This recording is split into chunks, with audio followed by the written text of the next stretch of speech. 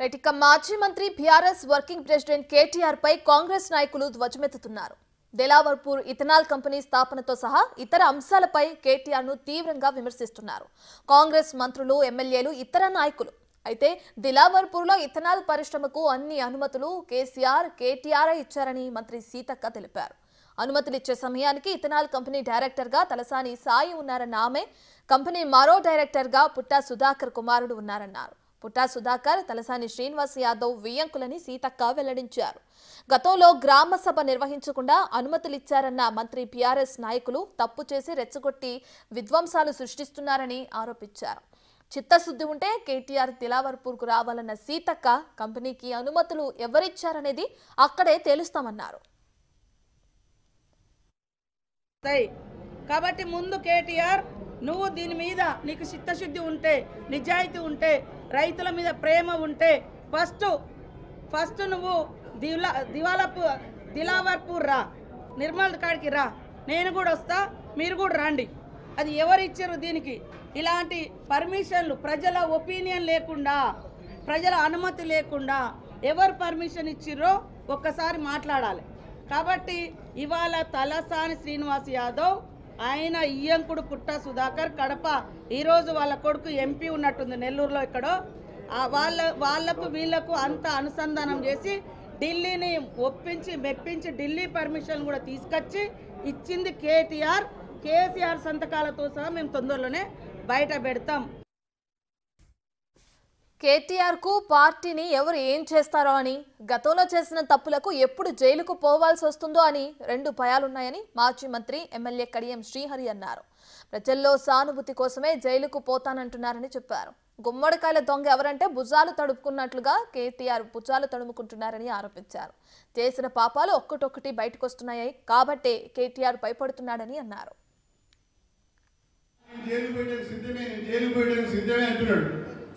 ఎందుకు జైలు పోతావు భయ్? మరి కడియం శ్రీహరిని ఎవరు జైల్లో పెడతలేడు, ప్రతాప్ రెడ్డిని ఎవరు జైల్లో పెడతలేడు. కడియం శ్రీహరిని జైల్లో పెట్టినప్పుడు నిన్ను ఎందుకు జైల్లో పెడతారు? అంటే బిడ్డ, నువ్వేదో తప్పు చేసినావు. గుమ్మడికాయ దొంగ అంటే భుజాలు తీసుకున్నట్టుగా నువ్వెక్కడో తప్పు చేసినావు, నువ్వేదో అవినీతి చేసినావు, నువ్వేదో అక్రమాలు చేసినావు, నువ్వేదో భూ కబ్జాలకు పాల్పడ్డావు కాబట్టే భయపడుతున్నావు. మరి కడియం శ్రీహరి భయపడతలేడే?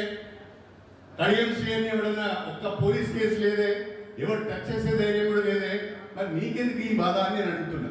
అంటే నువ్వు తప్పు చేసినావు, కారు రేసులో తప్పు చేసినావు. 55 కోట్ల రూపాయలు ప్రభుత్వ అనుమతి లేకుండానే వాళ్ళకి అప్పచెప్పినావు. అదో కేసు ఇప్పుడు మెడ మీద వేలాడుతున్నది. ఫోన్ ట్యాంపరింగ్ లో అనేక మంది యొక్క సంభాషణను విన్నావని, ఆ సంభాషణను విని వాళ్ళను బ్లాక్మెయిల్ చేసినవని స్పష్టమైన ఆధారాలు దొరికినాయి. ఆ కేసులో నువ్వు జైలుకు పోవచ్చు. మొన్న లగచర్లలో జరిగిన ఇన్సిడెంట్లో అక్కడున్న మాజీ ఎమ్మెల్యేలను అన్ని నేను చూసుకుంటే ఏమైనా పర్వాలేదు, అధికారుల పైన దాడి చేయండి అని చెప్పి నువ్వు చెప్పినట్టుగా సాక్ష్యాధారాలు ఉన్నట్టుగా తెలుస్తున్నది. కాబట్టి ఈ కేసులలో ఏదో ఒక కేసులో జైలు పోయే అవకాశం ఉంది. కాబట్టి నేను జైలుకు పోతా, నా మీద కాంగ్రెస్ పార్టీ. సురభి నాటక మండలి వారు కూడా చేయలేని డ్రామాలు కేటీఆర్ చేస్తున్నారని విమర్శించారు టీపీసీసీ ప్రధాన కార్యదర్శి కైలాష్ నేత. 10 ఏళ్ల బీఆర్ఎస్ పాలనలో రైతులు, సర్పంచులు, విద్యార్థులు, నిరుద్యోగులు ఆత్మహత్యలు చేసుకున్నారని ధ్వజమెత్తారు. తెలంగాణ రాష్ట్రంలో కేటీఆర్ నాయకత్వంలో ఒక సురభి నాటక కళా మండలి వాళ్ళు ఏ రకంగా అయితే డ్రామాలు, ఏషాలు, పెడబొబ్బలు లేదా హరికథలు, బుర్రకథలు ఏ రకంగా చేస్తూ ఉన్నారో తెలంగాణ సమాజం అంతా చూస్తూ ఉన్నారు. నేను సూటిగా కేటీఆర్ని ఒక 5-6 ప్రశ్నలు మీడియా ద్వారా తెలంగాణ సమాజాన్ని ముందర ఉంచదలుచుకున్నా.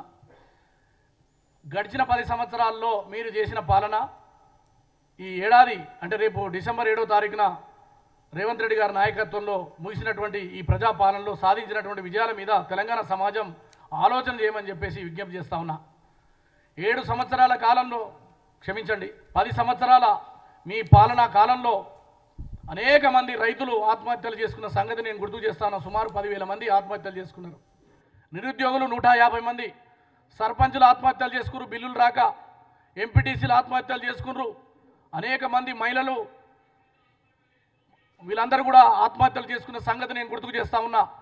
ఎక్కడ నిరుద్యోగులు మరి ఆ రోజు ధర్నాలు చేసినా, రాస్తారోకోలు చేసినా, రోడ్ల మీదకి వచ్చి ప్రజాస్వామ్యం లోపట ప్రభుత్వాన్ని ప్రశ్నించిన వేలాది మంది పోలీసులను ఉపయోగించి ప్రజాస్వామ్య గొంతుల మీద మీరు తుపాకులు పెట్టి అణిచివేసిన సంగతి మీకు గుర్తుకు లేదా కేటీఆర్ అని చెప్పేసి అడగదలుచుకున్నా. మీద నమ్మకం లేదు, నీవు సిగ్గు, శరము, నీతి, దమ్ము, ధైర్యం ఉంటే ప్రజాక్షేత్రంలో సిరిసిల్లకు వచ్చి ఒక్కసారి నువ్వు రాజీనామా చేయమని అడుగుతున్నావు. చేనేత బిడ్డగా 293 కోట్ల రూపాయలు గౌరవ ముఖ్యమంత్రి రేవంత్ రెడ్డి గారి నాయకత్వంలో చేనేత బకాయిలు మాఫీ చేసిండ్రు. నువ్వు బతుకమ్మ చీరల పేరుతోటి పెద్ద కుంభకోణం చేసినావు. మా చేనేత కార్మికులకు లాభం జరగలే. ఇలా 50 కోట్లతోటి వేములవాడలో యారాన్ డిపో అంటే నూలు ఇచ్చే కార్యక్రమం తీసుకొచ్చిండు ముఖ్యమంత్రి గారు.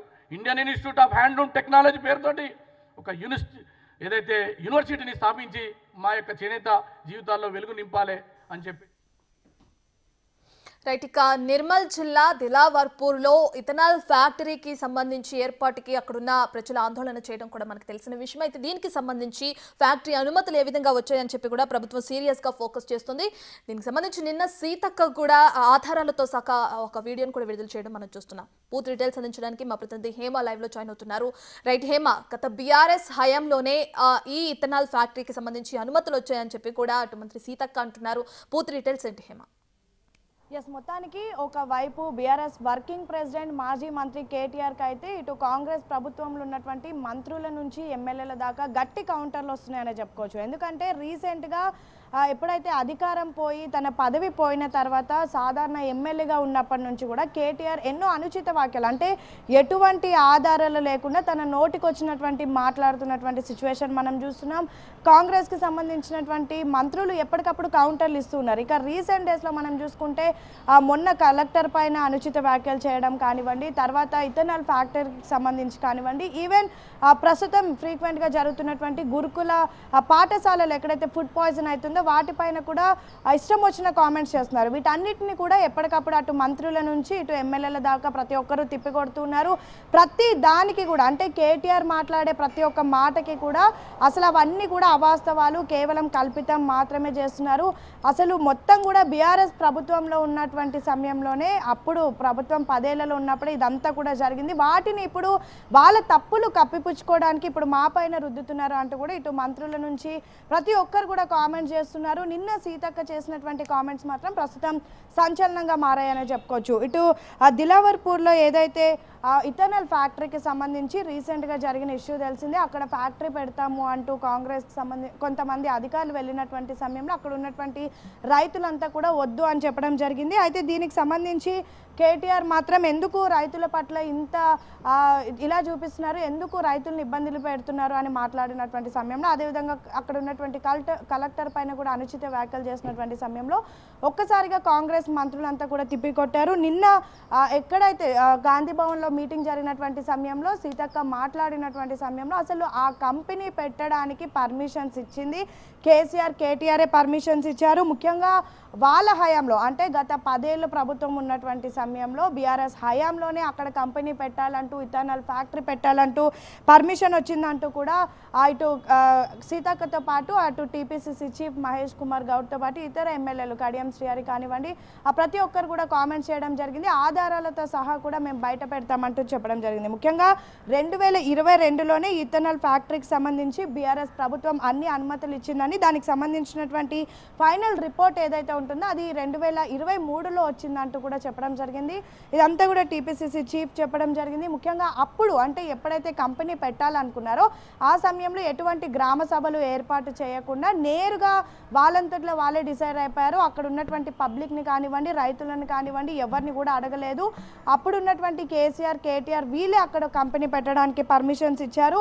పర్మిషన్స్ ఇవ్వడంతో పాటు అంతా చేసిన వాళ్ళే, ముఖ్యంగా అప్పుడు సినిమాటోగ్రఫీ మంత్రిగా ఉన్నటువంటి తల్సాని కొడుకు తల్సాని సాయి ప్రస్తుతం ఏదైతే పిఎంకే డిస్టిలరీస్ అనే ఒక కంపెనీ ఉందో దానికి డైరెక్టర్గా ఉన్నటువంటి సమయంలోనే పూర్తిగా అతను డైరెక్టర్గా ఉన్నటువంటి సమయంలోనే పర్మిషన్స్ ఇచ్చారు. ఆ కంపెనీకే కూడా ప్రాజెక్ట్ ఇచ్చారంటూ కూడా చెప్పడం జరిగింది. అయితే ముఖ్యంగా ఇంత చేసినటువంటి వాళ్ళే మళ్ళీ అక్కడ అసెంబ్లీలో దీనికి సంబంధించి అంటే ప్రస్తుతం దీనిపైన మేము మాట్లాడతాము, అసెంబ్లీలో డిస్కషన్ పెట్టాలి అంటూ కూడా కోరడం చాలా సిగ్గుచేటుగా ఉంది. పర్మిషన్స్ ఇచ్చింది మీరే, మళ్ళీ ఇప్పుడు మీ తప్పు కప్పిపుచ్చుకొని రైతుల దగ్గర మీరు మంచి పేరు సంపాదించడానికి ఈ విధంగా చేయడం కరెక్ట్ కాదు అంటూ కూడా మంత్రి సీతక్కతో పాటు ఇతర ఎమ్మెల్యేలు, టీపీసీసీ చీఫ్తో పాటు ప్రతి ఒక్కరు కూడా కౌంటర్ చేస్తున్నారు. మరొక వైపు రీసెంట్గా జరుగుతున్నటువంటి ఫుడ్ పాయిజన్ కేసెస్, వీటన్నిటి వెనుక కూడా రాజకీయ కుట్ర దాగి ఉంది.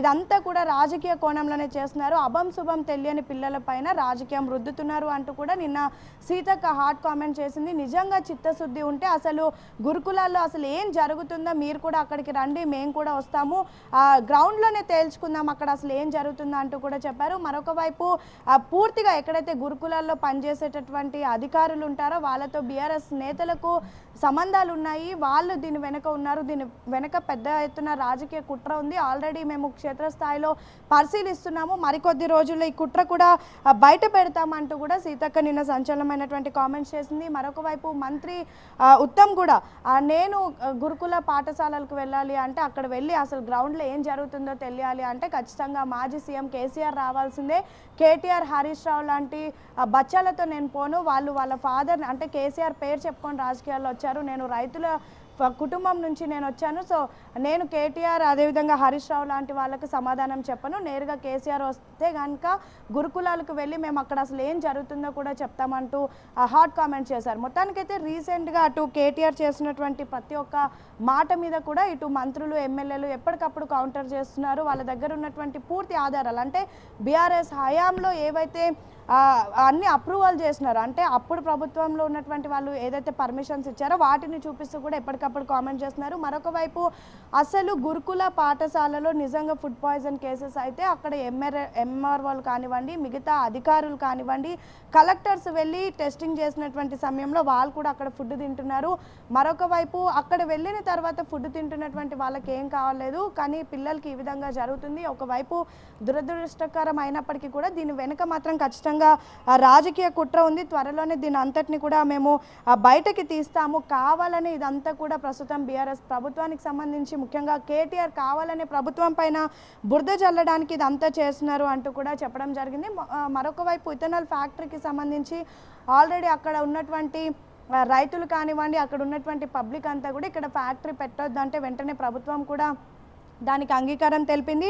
అదేవిధంగా అసలు అక్కడ ఫ్యాక్టరీ పెట్టడానికి గతంలో ఎవరు పర్మిషన్స్ ఇచ్చారు, దానికి సంబంధించినటువంటి పూర్తి డాక్యుమెంట్స్ ఏవైతే ఉన్నాయో వాటన్నిటిని కూడా ప్రస్తుతం పరిశీలించేటటువంటి పనిలో ప్రభుత్వం ఉంది. దీనిపైన ఆల్రెడీ దృష్టి పెట్టిందని చెప్పుకోవచ్చు. సో ఈ నేపథ్యంలో సీతక్క చేసినటువంటి కామెంట్స్ మాత్రం చాలా కీలకంగా మారాయని చెప్పుకోవచ్చు. ఐటీ మంత్రి కేటీఆర్గా ఉన్నటువంటి సమయంలో అక్కడ ఎటువంటి గ్రామ సభలు పెట్టకుండా కూడా డైరెక్ట్గా పర్మిషన్స్ ఇచ్చేశారు. మరొక వైపు కేసీఆర్ సంతకంతో పర్మిషన్ ఇచ్చినట్టుగా కూడా మా దగ్గర డాక్యుమెంట్స్ ఉన్నాయి అంటూ కూడా సీతక్క నిన్న చెప్పడం జరిగింది.